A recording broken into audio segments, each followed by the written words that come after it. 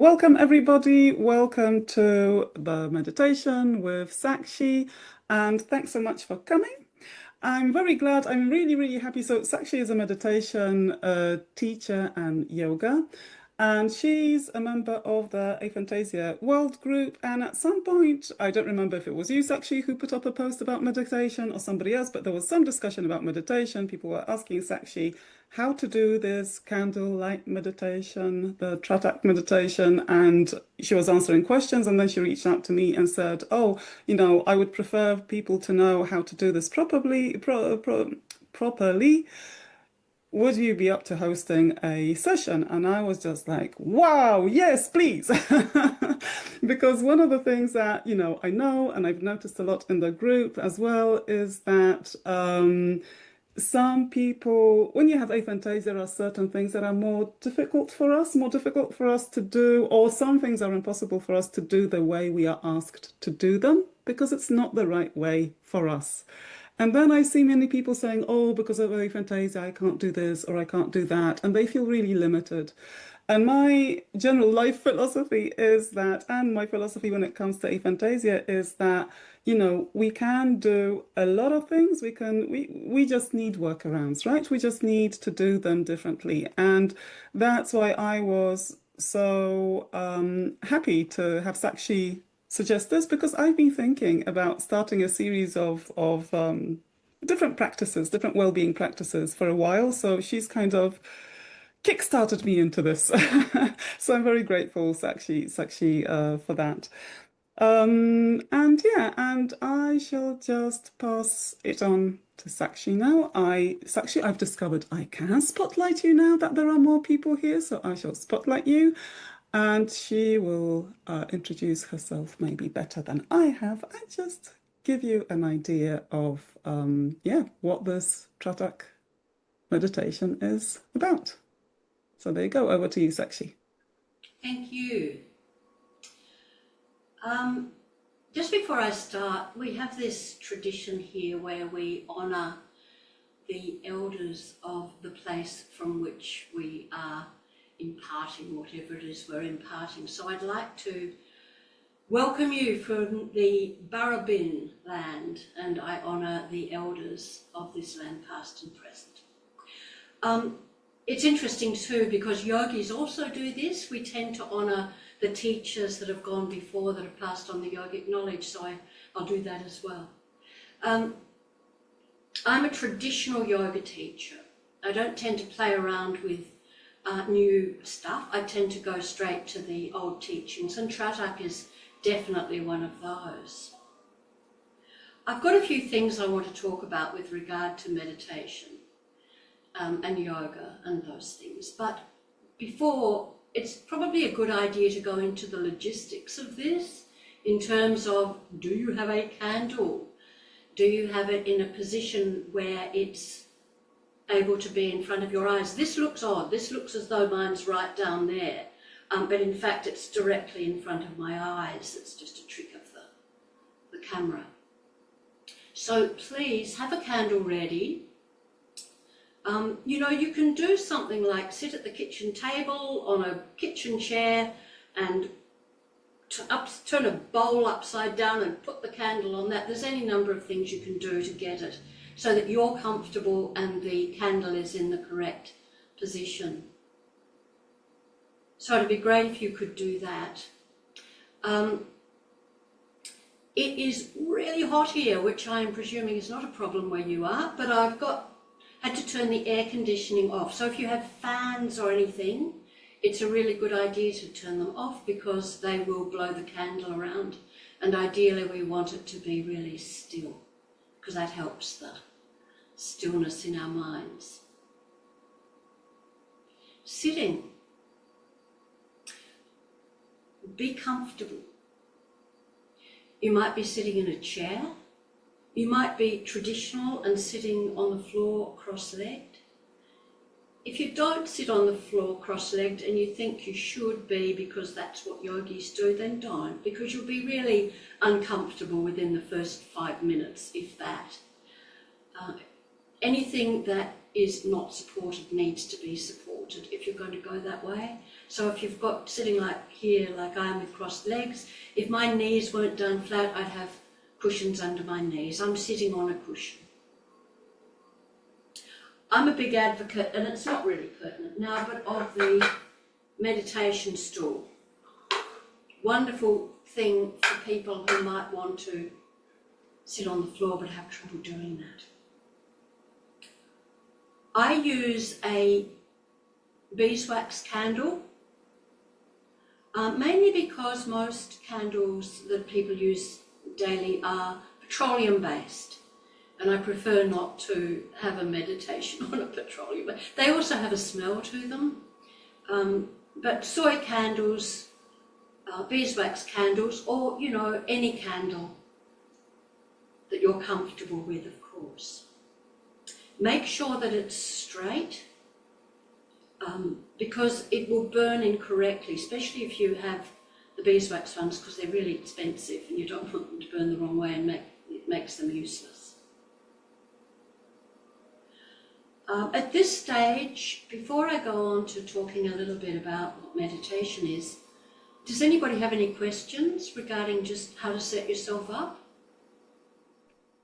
Yes, one question I have. Is this better done with lights on or in a darker room to sort of cut out other distractions? Really good point. In the dark. In the dark. So if we pull our curtains, turn the light out, it's better. Yeah. Okay. Yep. Thank you. Yeah, really. Thank you for bringing that up. That's an important point. And it has such a lovely feel to it when you do that. I do it in my yoga room here, and there'll be up to 10 people sitting here in the dark with the flames, and it's really quite magic. But on your own, it's good too. Can I ask a follow-up on that, Sakshi? Because I've just realized the way I'm sitting, and probably most people, is that I've got a laptop or a screen right behind me and the candle in front. Is that still okay? Ideally not, because the light from the laptop is going to get in the way. These are good questions. Yeah. I haven't done Tratak online. Online, yeah. Bringing that up. When you actually get to the Tratak part of this, when we get to the candle gazing, I recommend that you maybe put something over the laptop or turn slightly away from it. Is that feasible? Mm-hmm. It's probably Okay, thanks. a good idea to light your candles now, but please don't look at them. Just have them ready.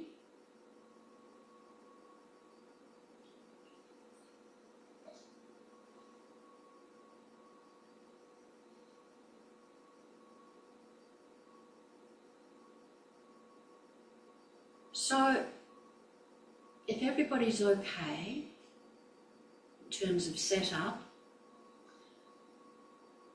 and you've all got your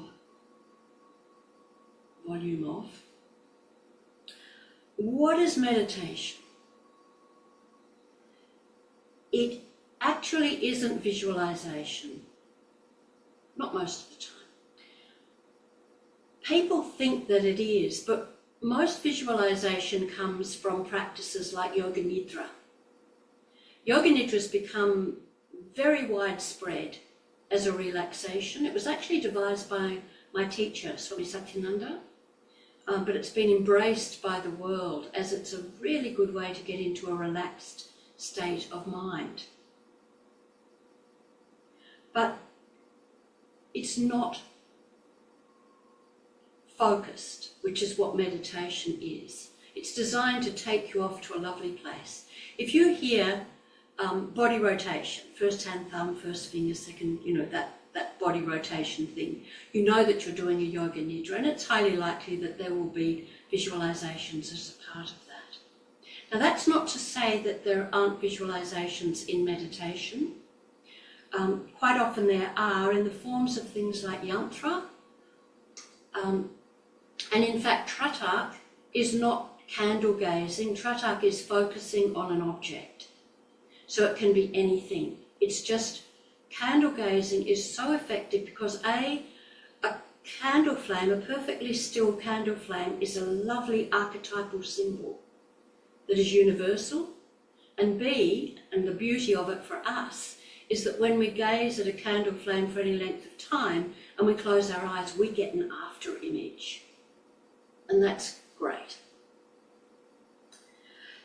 When there are meditations that do involve visualizing, it's normally simple things like a crescent moon.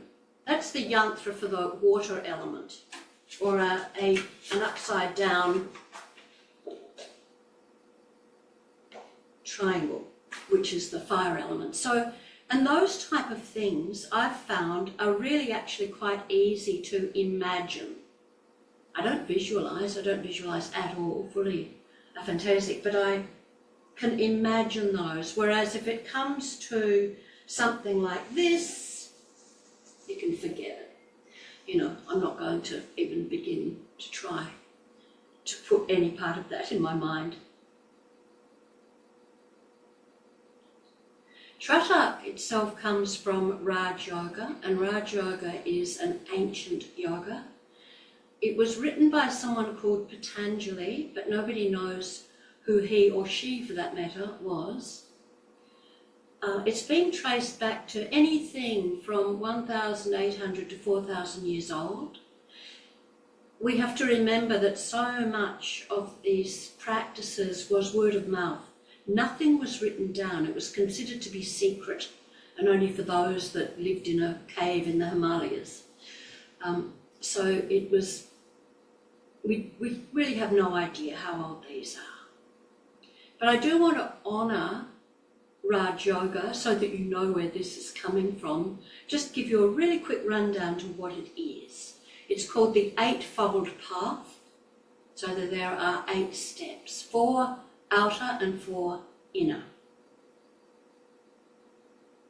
The outer ones are like they're sort of like the 10 commandments of yoga, the yama and niyama. They're observances, things like non-violence, honesty, truth, things like that. And the niyama,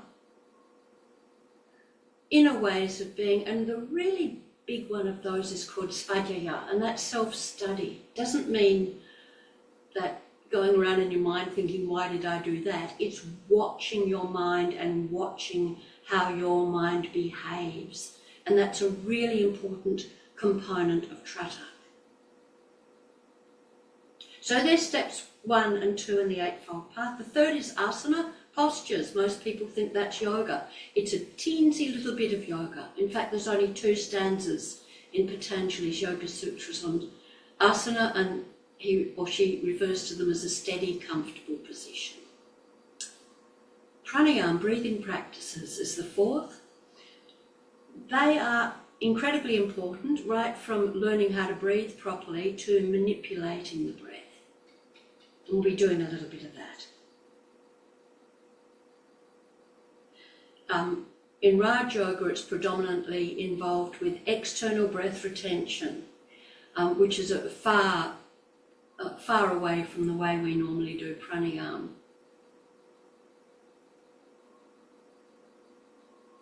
Pratyahara. This is the 5th step. Pratyahara means sensory withdrawal. This is really important. It withdraws us from the sensory experience by paying enormous attention to it. One of the easiest ways to describe that is through sound. Just right now, I'd like you to close your eyes. We're not actually going into the meditation yet. But if you could just close your eyes and be comfortable. Deepen your breath. And when we talk about deepening breath, we mean breathing down into the abdomen. The abdomen expands on inhalation, it contracts on exhalation, because we are using the diaphragm correctly. Expanding and contracting. And that brings us into the relaxation response. Deep breathing.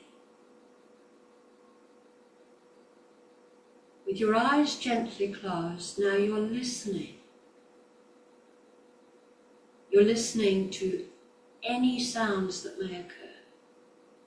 It may be very quiet where you are. There may be sounds. But whatever there is, be the witness of it. And witnessing means it is totally irrelevant what is making the sound. It's certainly irrelevant whether you like it or don't like it. None of that matters. You are hearing sound for sound's sake. And when you do this, you withdraw from the outer world because you're not buying into it. Listening only. Listening only.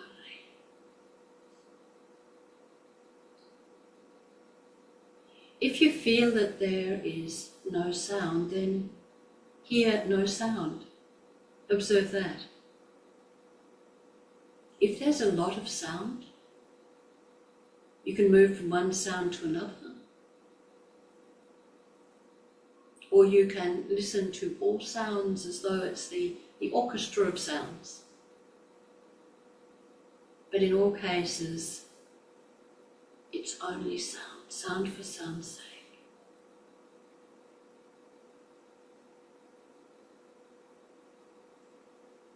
You detach your everyday thinking mind from the process.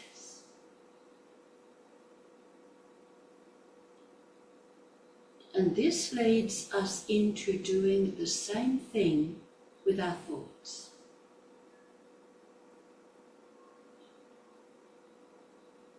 When thoughts arise, and they are inevitable, we observe them. An important precept in yoga is to be able to say to yourself, I am not my thoughts. They're like the clouds in the sky, they pass through, they're transient.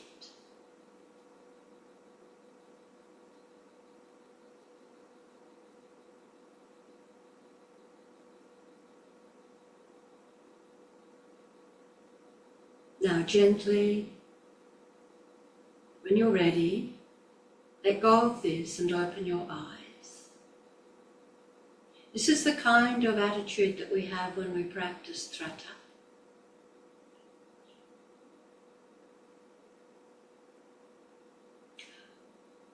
After pratyahara comes dharana. Dharana literally means focus.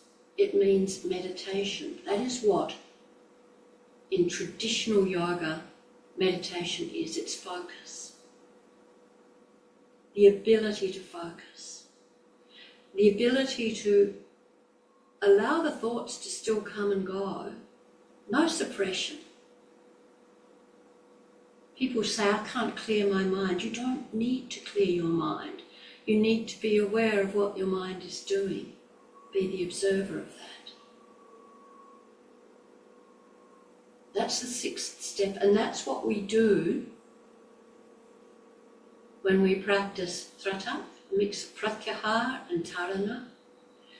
And then from this step, we evolve. We don't do anything to make this happen. It just occurs of its own being. It just flows into dhyana, which means merging. It's a really powerful state, and it's where when, say you're gazing at a candle flame, there is this extraordinary feeling where you lose duality and the two become one.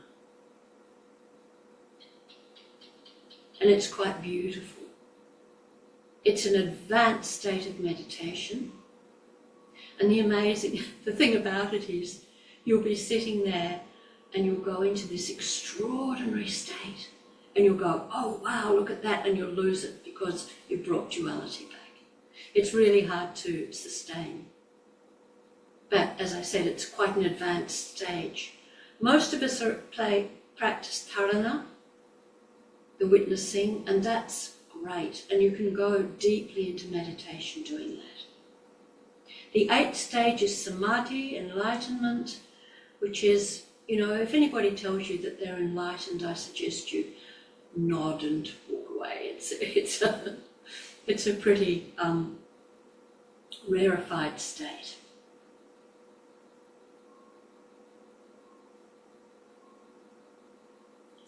So I'd like us now to go into the meditation, unless there are any questions.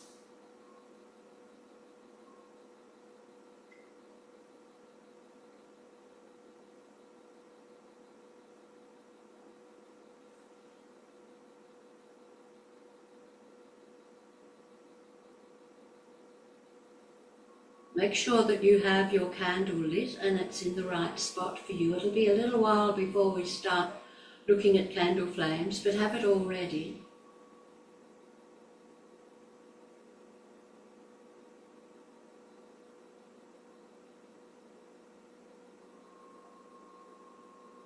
A really important part of meditation is preparing for meditation. Of feeling into your body, of feeling into the alignment.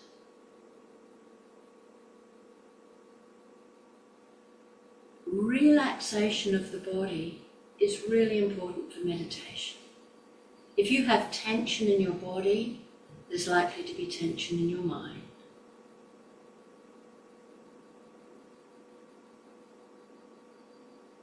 Of course, a really good way to create relaxation is breathing deeply.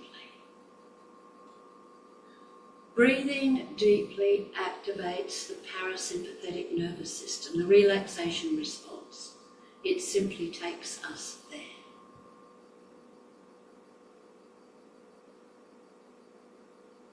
Breathe down deeply into your abdomen. When you breathe in, the abdomen expands. When you breathe out, it contracts. Actively do this, expanding. And as you breathe out, you bring the navel in towards the spine. When you breathe in, the diaphragm flattens down into the abdomen and creates a far greater space within the chest and the lungs fill. When you exhale, if you bring the navel in towards the spine, the diaphragm curves up into the chest space, much smaller space, and the lungs, to the degree that they can, they empty. Full, deep, slow, long breaths. And as you do that, you can begin to feel yourself relaxing on all levels, but notice the relaxation in your body. Feel around your upper back, your shoulders, down your arms. We hold so much tension in this area. Let it go. Feel it releasing. The inward breath gives us the ability, the outward breath takes the tension with it. You might be able to feel as though anything that you need to let go of is pouring out through your fingertips. Shoulders, upper back, chest, arms, so relaxed.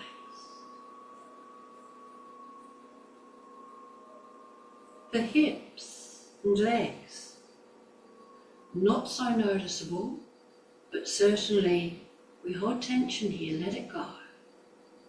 Buttocks, legs, all the way to your feet.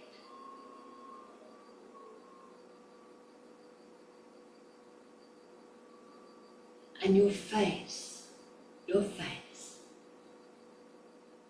The expression you have on your face shows what is going on inside. So soften around the eyes and soften the jaw, and there will be an expression of contentment. And you feel that.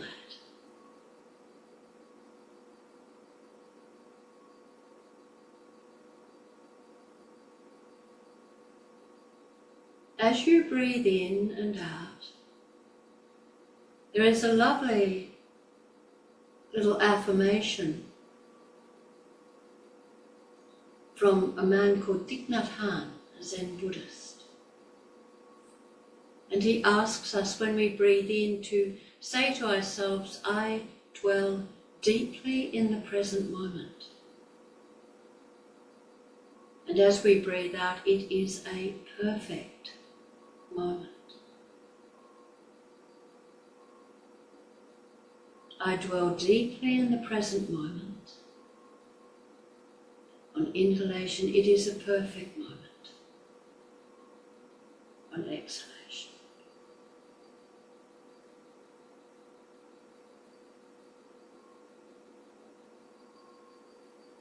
Your eyes are so gently closed.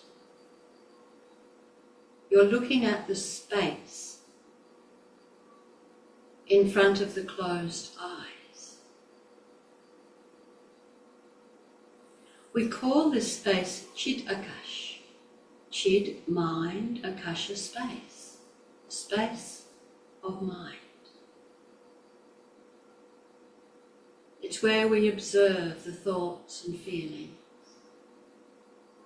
We watch.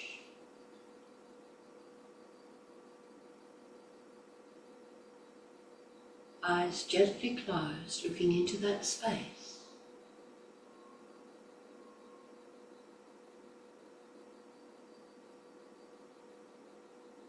Here is a practice called Shampavi Mudra, where we gaze very strongly inwards and upwards to the eyebrow center. We don't need to do that strongly, but your awareness is there. Your eyes are steady, and the focus is the eyebrow center. The eyebrow center.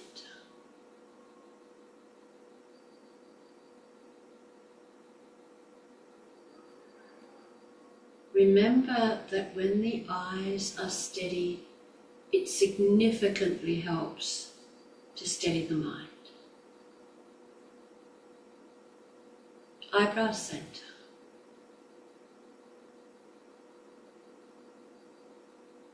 Now there is an imagining.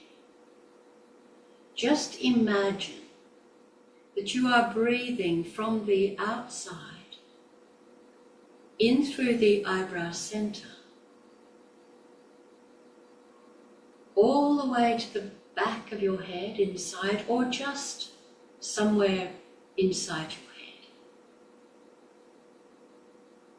It's a straight line though. And when you exhale, you travel back up through the eyebrow center.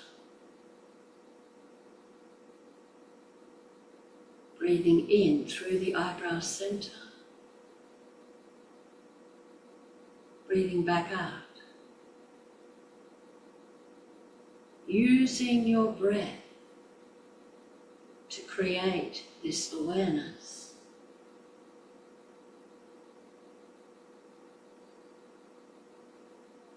Can you feel that spot just with your imagination, entering, leaving? The breath is long and slow as you breathe in and out.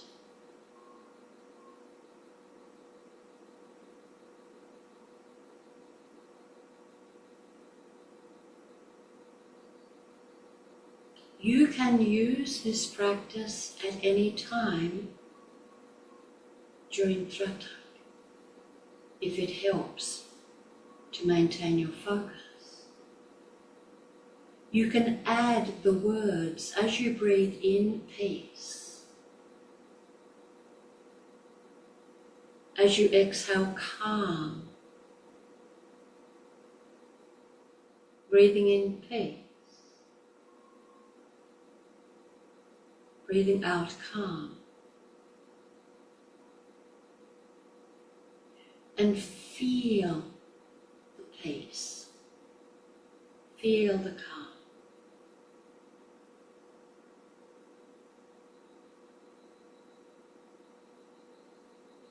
Your eyes are looking straight ahead, and now you gently open them and you gaze at the brightest part of the candle flame.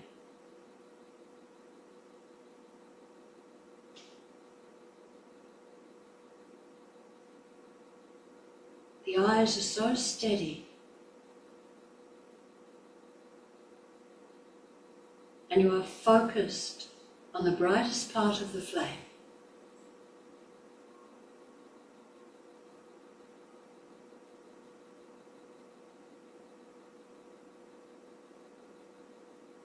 This is Dharana, this is focus.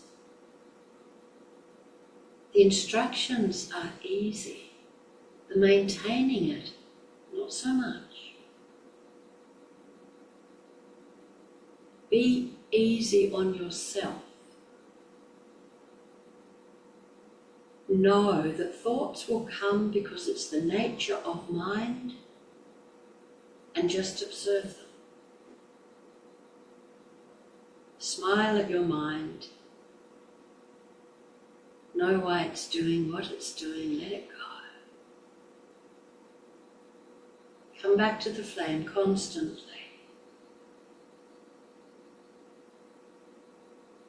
Steady eyes, steady mind.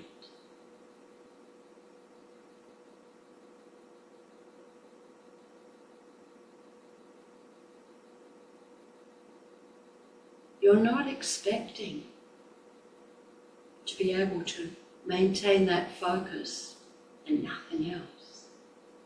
The mind will come in, it will try to distract you. It's the agenda of the mind. Be aware of that and just observe it.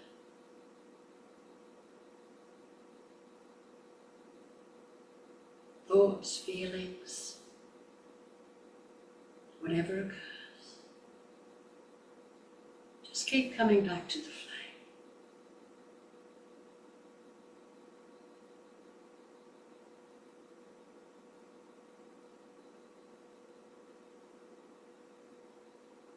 If it's really tricky, you can come back to the breathing in and out at the eyebrow center if you've given that up. That and the peace and calm are really helpful ways to bring yourself back into the practice.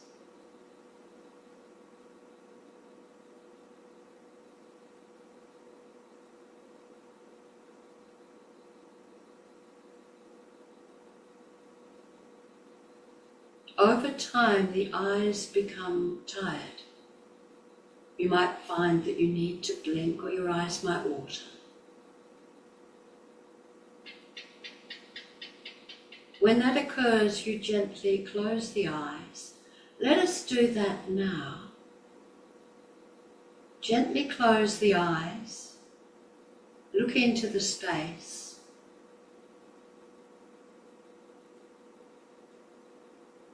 And it may be that an after image will appear. It may not, depending on how long you've gazed at the flame. If you find that there is nothing there, very mindfully and gently you open your eyes again and come back to the flame.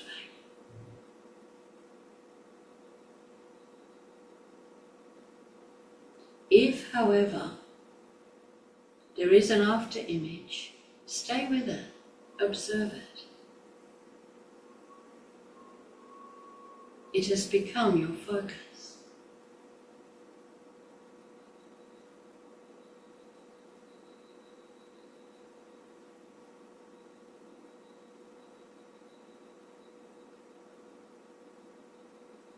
If there is no after image, come back to the external candle When you open your eyes, it's not that you are externalizing, going back into the world.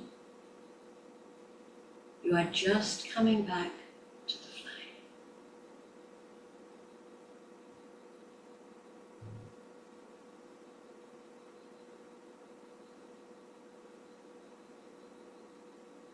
Whichever part of the practice you are in, the flame is your focus.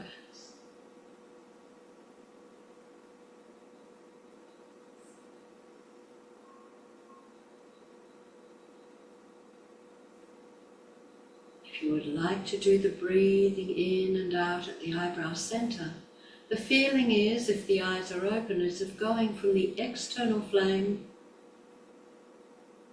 through to the imaginary internal flame. And back, and if the eyes are closed, it's the opposite.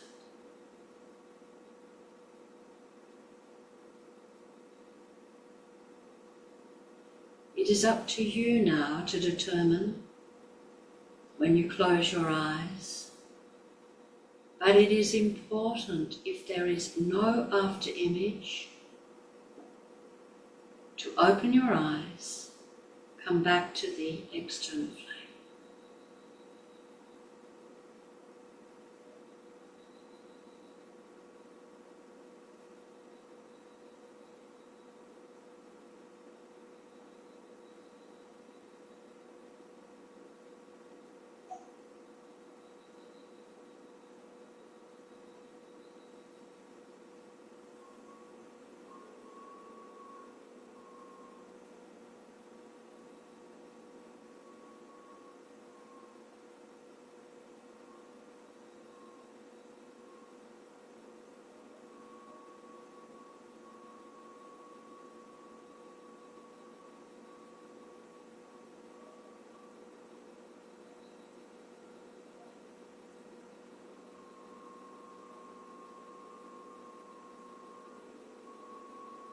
Be the witness, observe.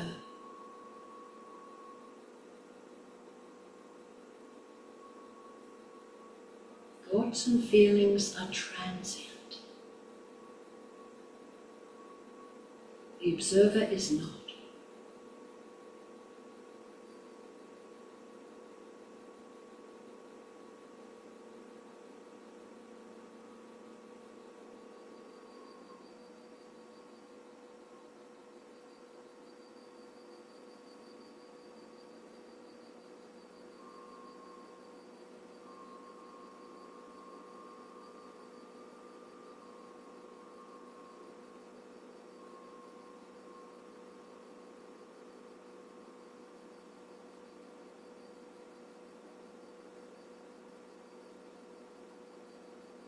Creating a relationship with the inner witness is so liberating.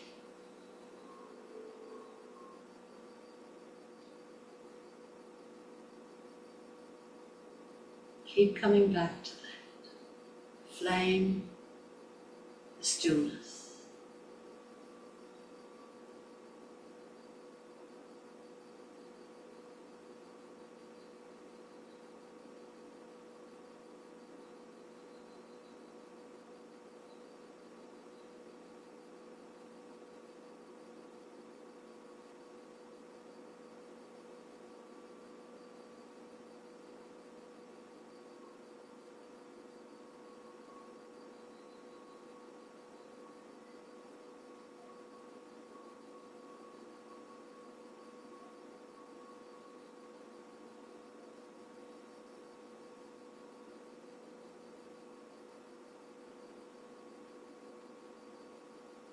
Now, wherever you are in the practice, your eyes are now gently closed.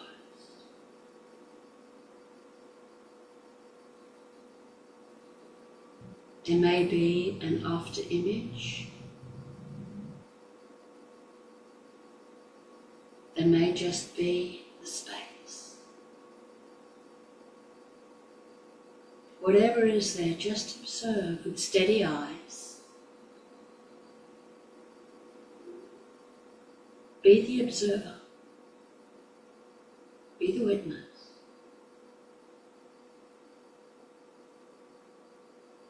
And know that beyond all the thoughts, the emotions, the feelings, there is an amazing and perfect self. Strong, compassionate, and wise.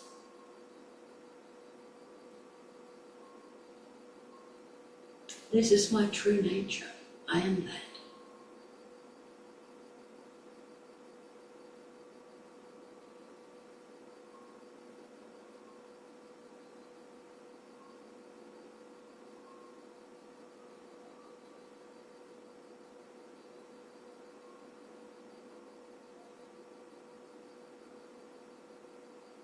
Return to your breath. Feel its depth.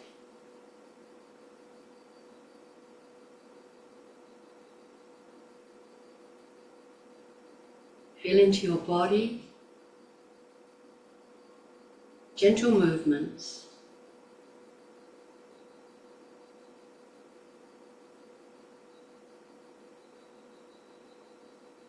And when you're ready, open your eyes.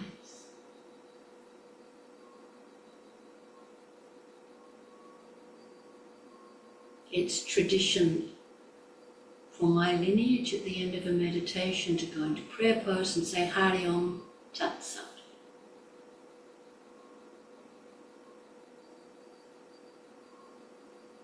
Thank you, everybody.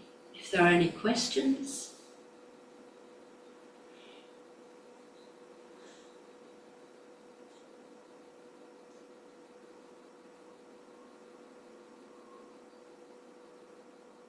Thank you, Sakshi. That was I really enjoyed that. And I have a question if nobody else does at this stage.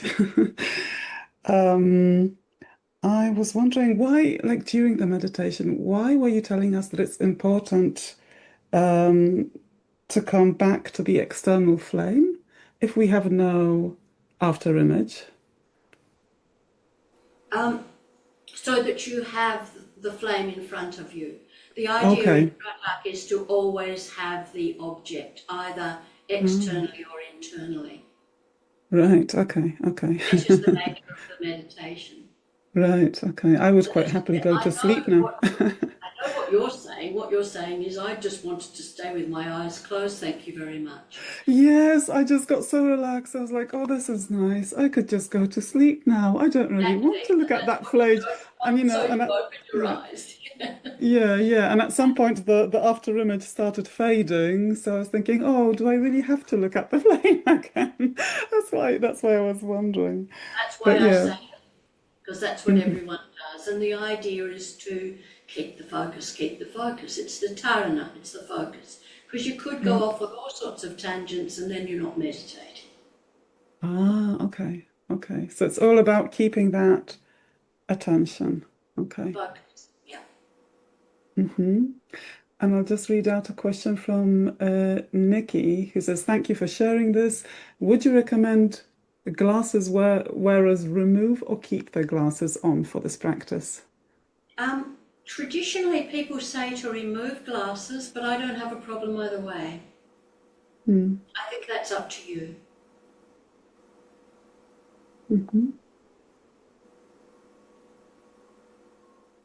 Can I just say thank you? That was wonderful. And I was so excited that I got an after image. Good. Really, it's a big thing. And it stayed. And I thought it was fading. I mean, it was tiny, but it was a definite image with sort of red and orange with black. And it was almost like a sort of teardrop shape, very tiny. And I thought, oh, it's fading now.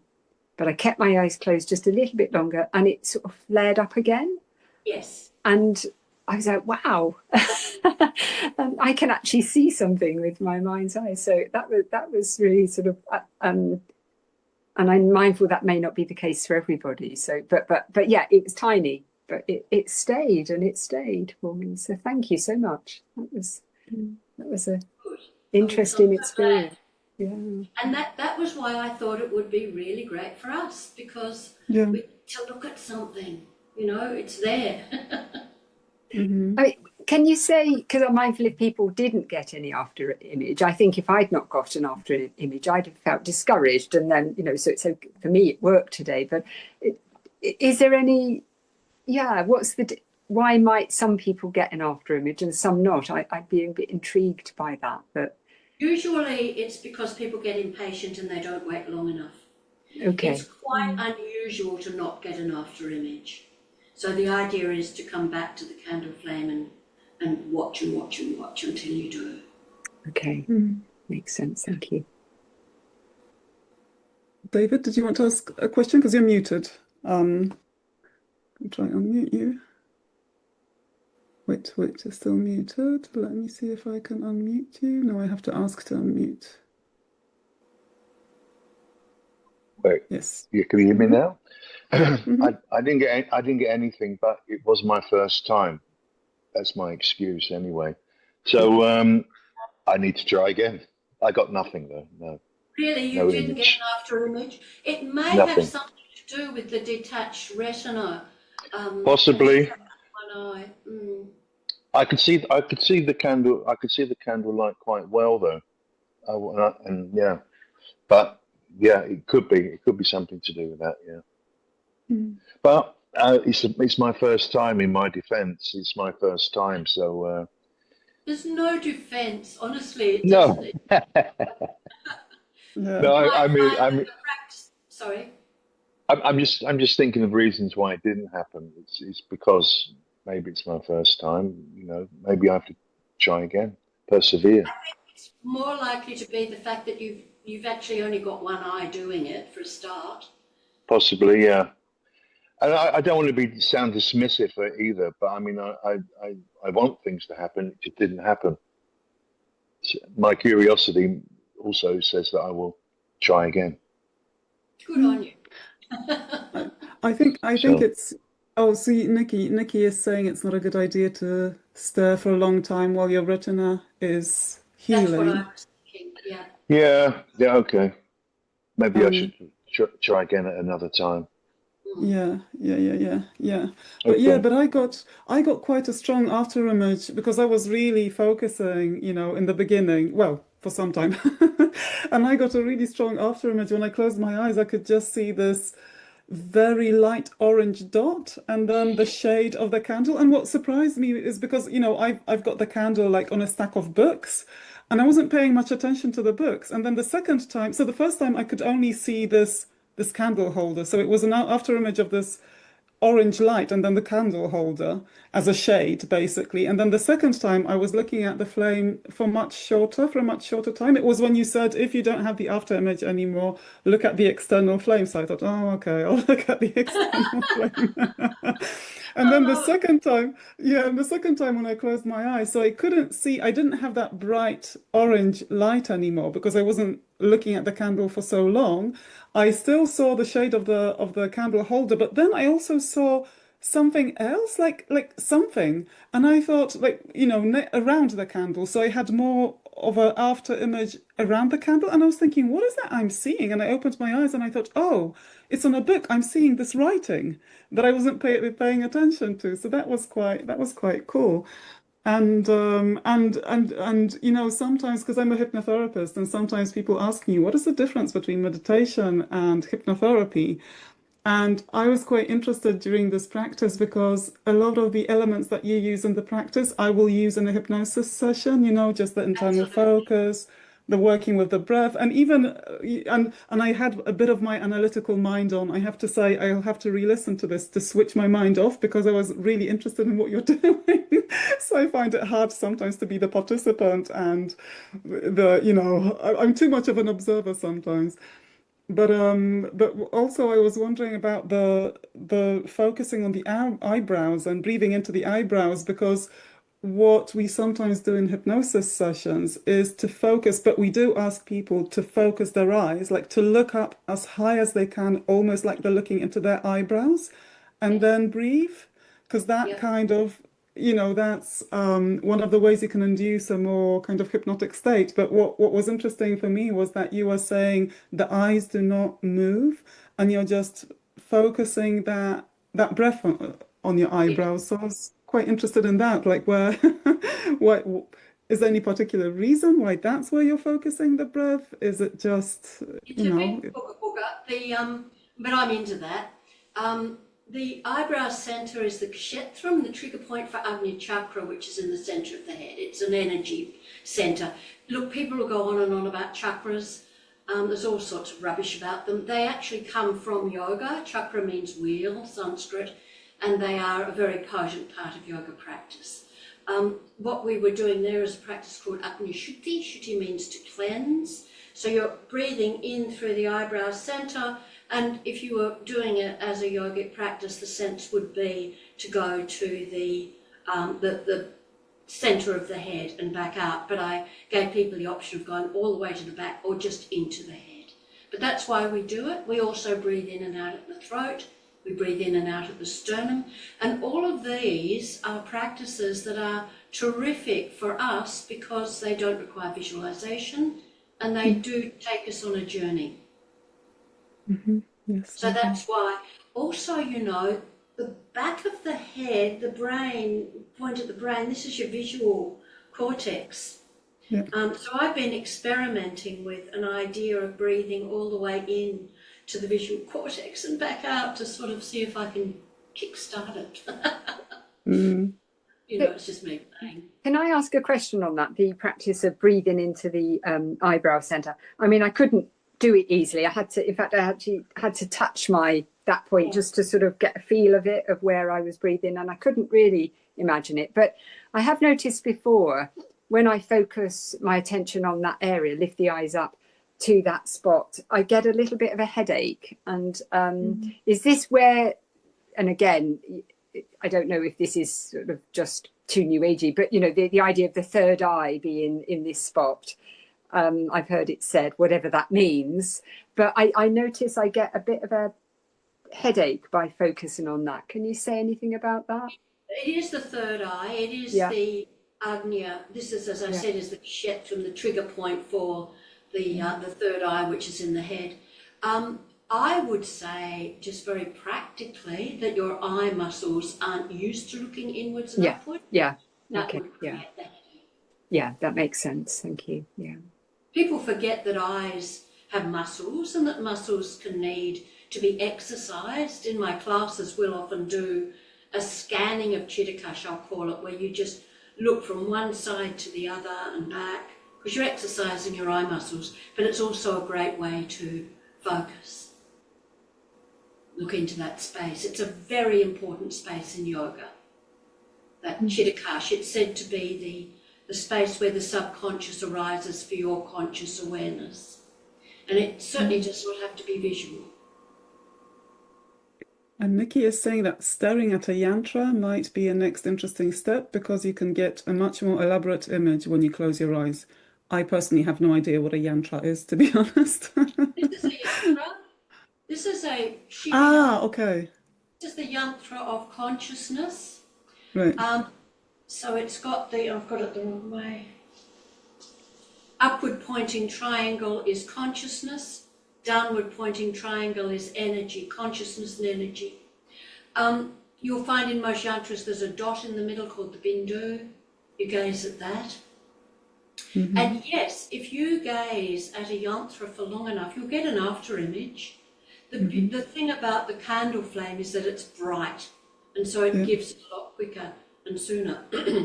But anything that you gaze at for a long period of time, you'll get an after image. It just may not be for as long or as bright. Look, I'll show you this. This is a whole lot of Buddhas, one on top of the other. Mm-hmm. I did an initiation into the Bhattacharya Guru, who is the medicine Buddha. And I then was meant to do this practice every day. And in this practice, I had to imagine this Buddha, who has a certain colour and has a certain hand mudra, dissolving into this mudra, who is another colour and another hand mudra. And I thought, this is before I understood that I had aphantasia. I thought, you know, why can't I do this? And of course, it's just impossible, absolutely impossible to do that. But as I was saying before, little yantras, things like the water element, we can imagine that quite easily. Actually, can I ask one more question? Because I'm just thinking, you know, my previous experiences of meditation were very much the guided imagery meditation. And for me, as a person with aphantasia who didn't know they had aphantasia at the time, plus with ADHD, and I didn't know I had ADHD either, it was a bit of a killer, you know, just sitting there trying to imagine something I couldn't imagine and sitting still, like I would get so stressed because I'd go through my whole shopping list in my mind, all my problems, everything, because I was so, you know, it was nothing relaxing in that for me at all. And I just find it interesting that, you know, there are many people with aphantasia who have gone into that kind of practice and somehow have not had the same experience as me of being really impatient or so I'm just wondering, have you been through those types of practices as well in the beginning, maybe where it was the guided imagery ones, or did you steer towards a different type of practice from the very beginning? I mean, I'm very ignorant about meditation practices, right, and about yoga, so I don't really know. I just know that in the West, you know, very often they go to this guided imagery type of meditation and practice. I'm just curious if that ever. Not meditation, it's relaxation. Okay. They'll call it that, but in traditional yoga, that kind of guided imagery is not meditation. Meditation Right, focus. right. Did I feel that? When I first started, a long, long time ago, I had a teacher who said she didn't visualize. And I just thought that sort of maybe even 50% do, 50% don't. And all my teaching life, which is heading for over 35 years, was saying see or imagine, visualize or imagine, because I thought it was that, like that.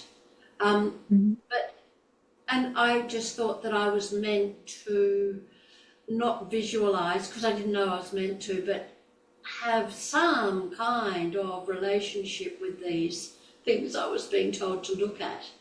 And I just did my best, but they're not my favourite thing. And I am very involved with mantra. I do a lot of mantra practice, Sanskrit mantra, and I find it incredibly potent, powerful. And japa, different meditations, and I'll do Tratak, but you see the meditations, I don't do yoga nidra because it has visualizations, but most of the meditations don't have visualization. Okay. It's interesting that that's the way most of the world or the Western world has gone, that is the, you know, that is what we, like the more, let's say, more ignorant people, those who have less to do with it, that's what we often perceive as meditation, isn't it? And then we're like, oh, we can't do it, we can't do it, which is why I'm so happy that you've introduced us to this, Sakshi. I'm really, really grateful. And I think everybody else liked it as Absolutely. well.